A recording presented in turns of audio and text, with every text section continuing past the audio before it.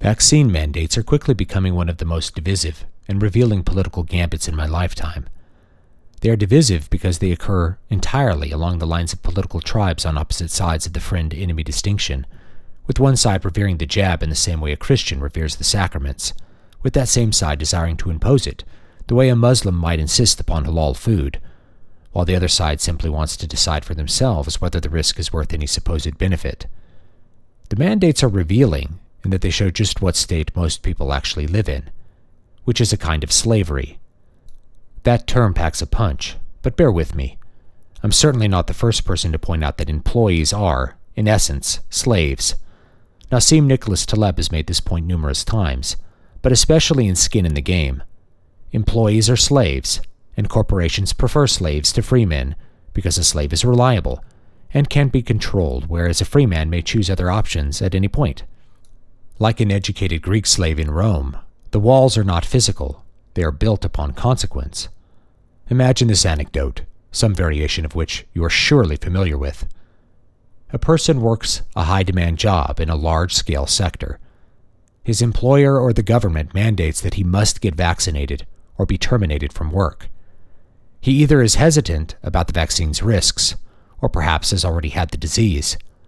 He now has to contemplate giving up the sovereignty of his own body in order to continue working, or else lose everything he's worked for to date, his job, his career, his pension, have to suffer a dishonorable discharge, etc. Anonymous people tell him he can get another job. Meanwhile, he has a family, college debt, a mortgage, a car payment, kids' tuition, etc., and he just can't give up his responsibility towards those things. Thus, the modern slavery of corporate employment relies upon destroying the employee's options to seek out other work situations. Just get another job is significantly more difficult than it might seem, even when one is working in a high-demand sector. To just get another job, you'll have to get letters of recommendation, which means pleasing your current employer, give up some portion of your corporate or government-funded retirement, pension, etc. This cost can be massive in terms of opportunity when you are close to completing some important milestone. For example, to earn retirement in the military requires 20 years of service. Resigning your commission is therefore giving up a massive financial benefit. Give up your health coverage, which often costs more than a mortgage. Possibly relocate to a new city. Possibly accept lower pay or step down on a pay scale, such as those in union jobs.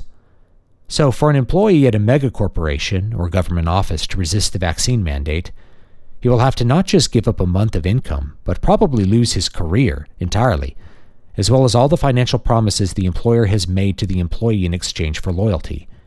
And the longer you've been in it, the bigger the opportunity cost becomes. That cost is so great that most will never consider walking away and will submit to any discomfort the employer dictates to stay on the plantation. And that is by design. Companies and governments would much rather have a dependable, even slightly incompetent, slave than have a competent free man, because the free man could leave at any time, and the employer will be left in the lurch trying to find the labor to replace him. So they'll pay a little extra for the security of owning their employee, and the employee essentially trades his freedom for security. Knowing this, we must ask the question, why are so many people choosing slavery? Simply put, they don't really understand their situation.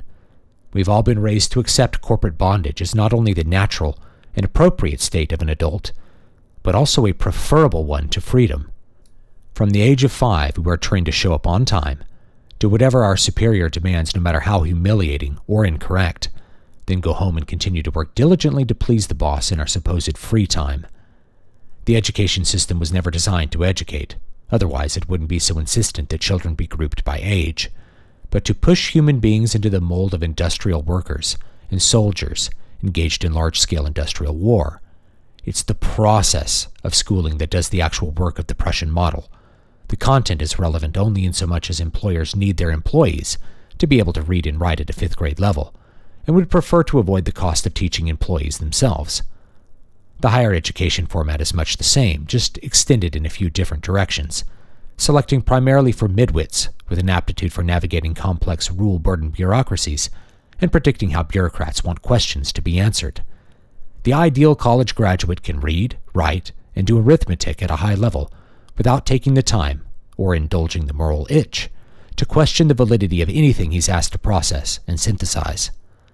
Then, of course, there is the endless list of personal debts and monthly costs foisted on the typical American: house, college, car, etc. These make it so that even the young, those who are most capable of taking risks because they have so little to lose, are forced immediately after college to jump into a lifestyle of inputs and outputs.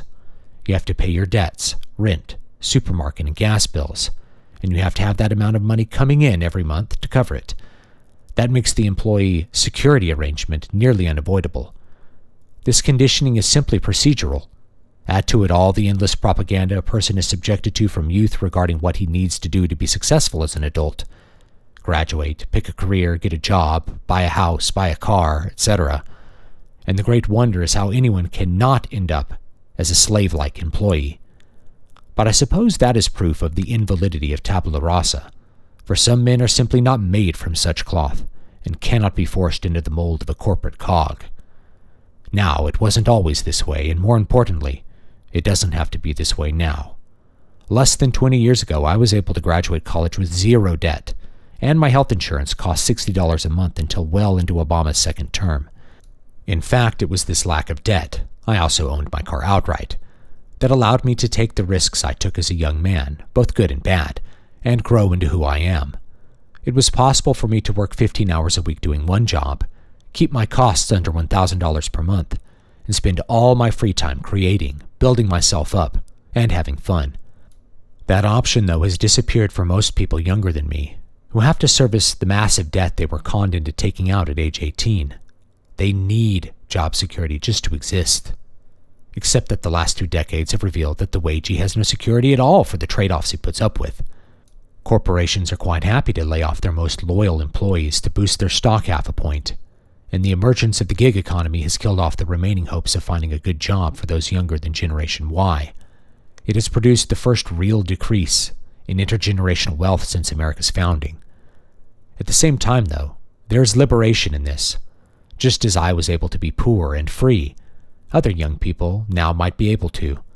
The longer one waits to rip off the security band-aid, the quicker a person can make their own security through hard work, careful living, and self-development. The Zoomers might end up poorer, but they will also be significantly more free to say no to things that they don't want in the future. The establishment may find that their tempting offers of retirement security aren't so tempting when the money pools dry up. The projected 7% returns only happen with 15% inflation, and cities have to default and stop paying pensions in 2030. Those who never relied on future promises in the first place will be in the best position possible. It's grim, but it's good news in the long run. I have nothing but sympathy and understanding for those who choose to get vaccinated in order to keep their job and all the benefits and promises that go with it, as so many people I know are in a situation like that. Yet, we should take this moment to reflect. Freedom and liberty exist in the real world of possibilities only to the extent that those possibilities exist. If you have no options, you don't have liberty. If the options are, in a meaningful sense, not options, just as a man being mugged does not have death as a real option, then we can say we don't have that liberty. Independence without security seemingly offers less freedom, in that you cannot simply fulfill your desires, but in the end, you are freer when the master decides to be despotic, and that you don't suffer from walking away. And remember that real freedom is the freedom to pursue the good, not simply license to do anything. So when you don't feel free to say no to something that you believe will harm you, you certainly aren't free.